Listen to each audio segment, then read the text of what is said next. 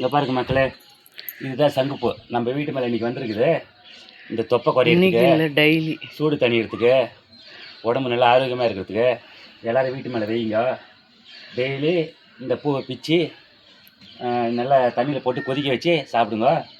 உடம்புக்கு ரொம்ப ஆரோக்கியமாக இருக்குங்க. பாருங்கள் எவ்வளோ அழகாக க்யூட்டாக இருக்குது பாருங்கள். மல்லமா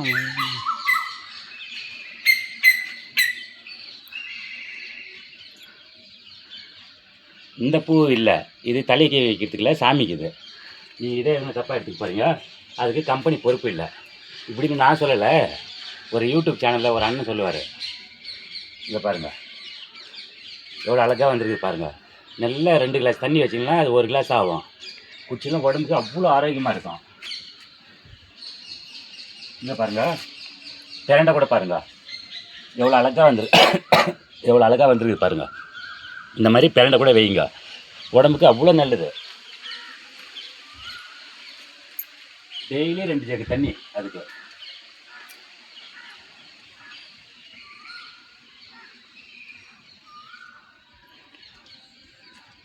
ஒன்றும் இல்லை, காலையில் ஒரு 2 ஜக்கு தண்ணி, சாயந்தரம் 2 ஜக்கு தண்ணி போட்டிங்கன்னா அழகாக வரும். உடம்புக்கு ரொம்ப அவ்வளோ ஆரோக்கியமானது இதெல்லாம். இங்கே பாருங்கள் எவ்வளோ அழகாக வந்திருக்கான் பாருங்கள் பிரண்டை.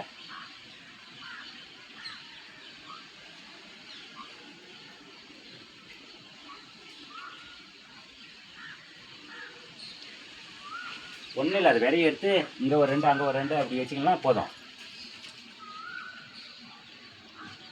தொலைச்சி காலையில் இந்த துளிராக நான் 2 எடுத்து இங்கே பாருங்கள். ஒன்றும் இது இல்லைதா, இதை பாருங்கள் இப்படி எடுத்து அழகாக இப்படி சாப்பிடுங்க.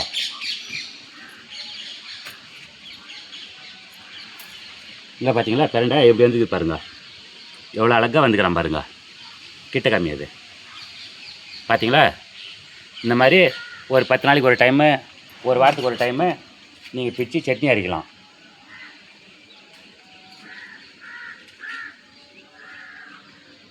இங்கே பாருங்கள், இது முடக்கத்தங்கீரை. இது கூட வாரத்தில் ஒரு நாள் நல்லா சூப் வச்சு குடிங்க, இல்லை அரைச்சி வெயிலில் காய வச்சு தோசையிலையோ இட்லிலையோ போட்டு சாப்பிடுங்க. உடம்புக்கு அவ்வளோ நல்லது. அதுவும் இல்லாத வீட்டில் வச்சிங்கன்னா இந்த கண் திருஷ்டி, கண் பார்வை இதெல்லாம் குறையிறதுக்கு ரொம்ப நல்லது. அவ்வளோ ஹெல்த்தியானது இதெல்லாம். இங்கே பாருங்கள் மஞ்சள் பார்த்தீங்களா. இங்கே பாருங்கள் மஞ்சள், கரும்பு எவ்வளோ இதாக இருக்குது பாருங்கள். இங்கே பாருங்கள் எலும்பிச்சை.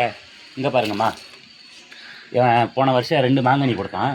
இந்த வருஷம் என்னான்னு தெரியல, இவனுக்கு கோவம். இந்த வருஷம் மாங்கனியே வரல. இவன் என்ன உடம்பு சரியில்லை என்ன தெரியல இவனுக்கு. நன்றி, வணக்கம். Good morning.